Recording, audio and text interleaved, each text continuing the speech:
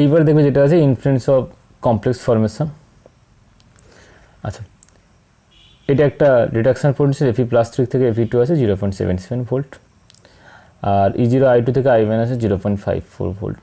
তো দেখে যেটা বুঝতে পারবে রিডাকশন পোটেনশিয়াল থেকে, তো এর ভ্যালুটা বেশি, তো এখানে রিডাকশন হবে, মানে এখানে নর্মাল Fe3+ থেকে Fe2+ হবে, আর এটার ক্ষেত্রে অক্সিডেশন হবে, মানে I- থেকে I2 ফরমেশন হবে, কারণ ভ্যালুটা কম। আচ্ছা, কিন্তু অ্যাকচুয়ালি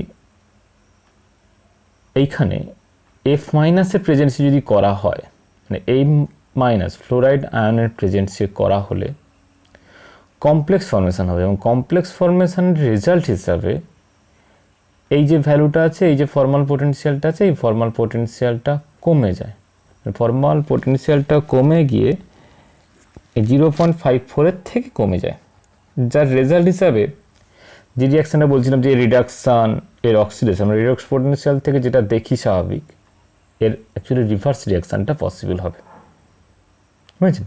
এই ভ্যালুটা কমে যাবে কার থেকে না 0.54 থেকে, তখন এটার অক্সিডেশন হবে আর এটা রিডাকশান হবে, তাহলে নর্মাল আগে স্ট্যান্ডার্ড রিয়াকশান পোটেনশিয়াল থেকে যা পাচ্ছিলাম তার রিভার্স রিয়াকশান হবে।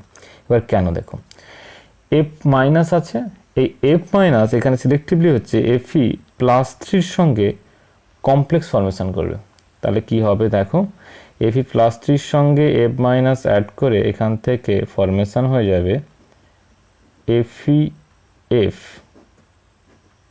বারে হয়ে যাবে ওভারঅল 2+, চার্জ হয়ে যাবে, দেখো FeF ওভারঅল 2+ চার্জ হয়ে যাবে, হয়েছে?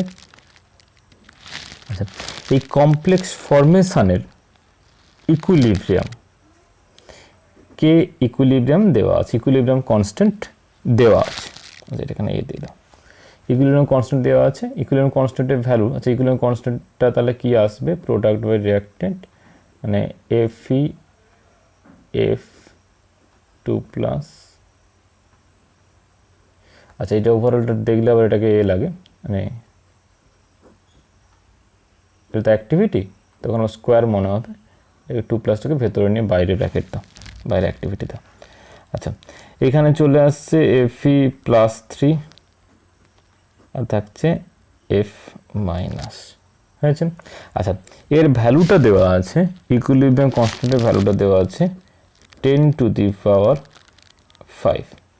আচ্ছা, এইখান থেকে আমরা Fe+3 ভ্যালুটা ক্যালকুলেট করব। Fe+3 তাহলে কি হয়ে যাবে দেখো, Fe+3 কনসেন্ট্রেশন হয়ে যাবে 10⁵, আচ্ছা এটাকে উপরে নিয়ে চলে গেলাম, এটাকে নিচে চলে আসছি, মানে FeF2+ divided by 10⁵ R F-, এটা হয়ে গেল। আচ্ছা, এই ভ্যালুটা কোথায় ইনপুট করব দেখো, অ্যাকচুয়ালি রিডক্স পোটেনশিয়াল এটা কমছে, কার মানে এখানে ফর্মাল পোটেনশিয়ালটা কার জন্য ক্যালকুলেট করছি, এটার জন্য, আয়ের কিছু চেঞ্জ হচ্ছে না, এটার জন্য হচ্ছে, এবং কার ক্ষেত্রে না F- এর প্রেজেন্সে ফরমেশন, কমপ্লেক্স ফরমেশনের জন্য। তাহলে এই যে রিয়াকশানটা যেটা হচ্ছে Fe+3 থেকে Fe+2, এই যে রিডক্স রিয়াকশানটা +1 ইলেকট্রন, এই রিডক্স রিয়াকশনটা যদি নার্স্ট ইকুয়েশন লিখি তাহলে কি চলে আসবে না, Fe+3 টু Fe+2 ইকুয়াল হয়ে যাবে E0 Fe+3 থেকে Fe+2 প্লাস 0.059/1 প্লাস দিয়েছি, মানে আগে Fe3+, মানে রিঅ্যাক্ট্যান্টটা লিখব Fe+3 বাই Fe+2, ওকে। এইবার এই যে ভ্যালুটা পেয়ে গেছে আগে, সেই ভ্যালুটাকে এখানে ইনপুট করব, আর এর ভ্যালুটা করে দেবো হচ্ছে 0.77 ভোল্ট প্লাস 0.059/1 লগ, দেখো এখানে Fe+2 ভ্যালুটা যেমন ছিল থাকলো, Fe+3 যে ভ্যালুটা আছে সেই জায়গাতে আমি ইনপুট করছি এফি এফ ওভারঅল হচ্ছে 2 প্লাস, এটার ব্র্যাকেট ক্লোজ করলাম। আচ্ছা এইখানে ব্র্যাকেটটা বাইরে দেবে,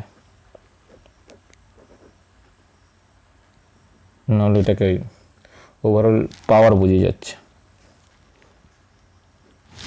হলো, দিয়ে এখানে থাকছে, নিচে থাকছে তোমার 10⁵ আর থাকছে এফ মাইনাস। আচ্ছা এইবার দেখো চলে আসছি, তাহলে এখানে থাকছে 0.77 প্লাস 0.059/1, এইটাকে সেপারেট করে নিচ্ছি, এই যে 10⁵ যেটা আছে করে নিচ্ছি, এটাকে লগ 10⁻⁻5, মানে 10⁵টাকে উপরে নিয়ে গেলে 10⁻⁻5 কন্ডিশনে থাকবে। এর সঙ্গে প্লাস যেটা থাকছে তোমার 0.059 বা বাকি রেস্ট যে পোর্শনগুলো পড়ে আছে, লগ এফি এফ 2 প্লাস, বাইরের ব্র্যাকেট দাও, দিয়ে লেখো এফি প্লাস 2, আর থাকছে এইখানে এফ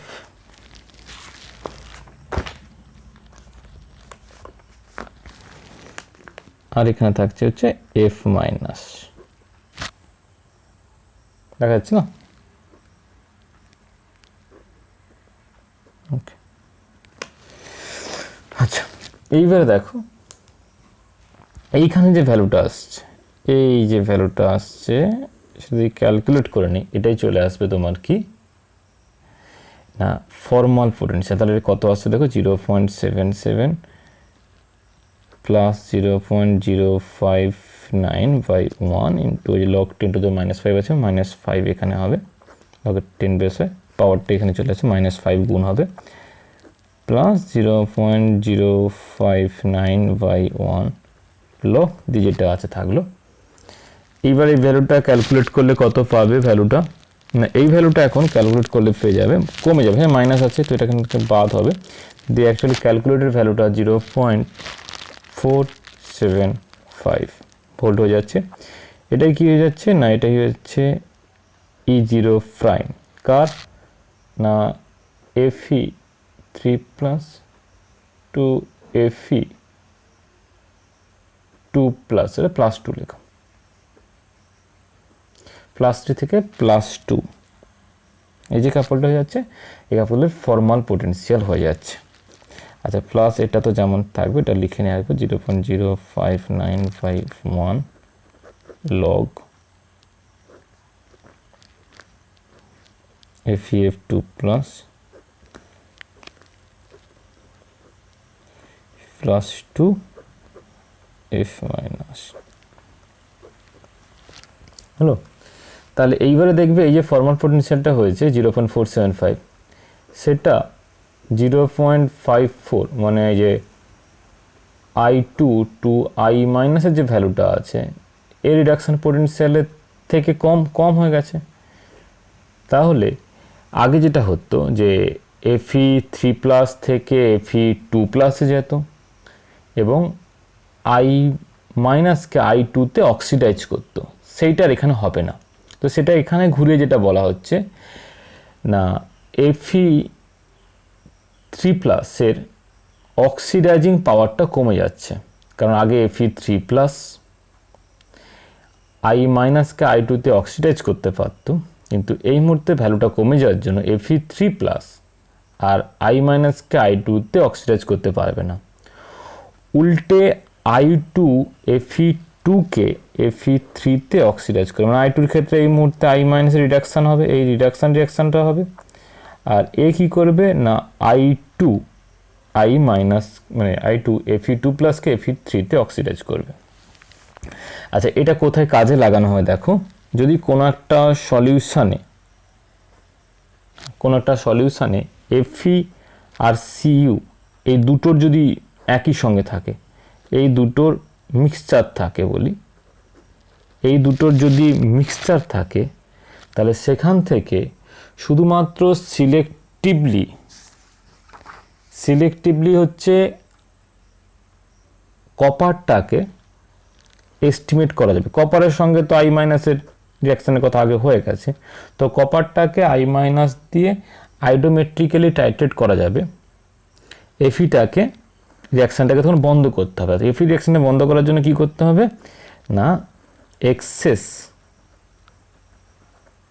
বুঝছি এক্সেস তোমাকে প্রেজেন্ট রাখতে হবে, এক্সেস এফ মাইনাস প্রেজেন্ট রাখতে হবে। হ্যাঁ, এক্সেস এফ মাইনাস প্রেজেন্ট রাখলে তখন গিয়ে যে এফির যে রিয়াকশানটা হচ্ছিল, এফি রিয়াকশানটা থেমে গেছে, বুঝতে পারছো, এফি রিয়াকশানটা সেখানে বন্ধ হয়ে যাবে। তাই জন্য কপারটাকে সেপারেটলি মানে দুটো মিক্সচার থেকে শুধুমাত্র selectively copper plus two solution কপারটাকে এস্টিমেট করা যাবে, বুঝলে? বা এফিসিউর সিম্পল বলবো, এফিসিউর মিক্সচার থেকে শুধুমাত্র কপারটাকে এস্টিমেট করা যাবে, কপারের 2+ কন্ডিশন থেকে কপারটাকে আইডোমেট্রিক্যালি টাইট্রেশন করা যাবে in presence of excess F minus, মানে এক্সেস ফ্লোরাইড আয়ন থাকলে তবে এটা কোশ্চেন আসবে।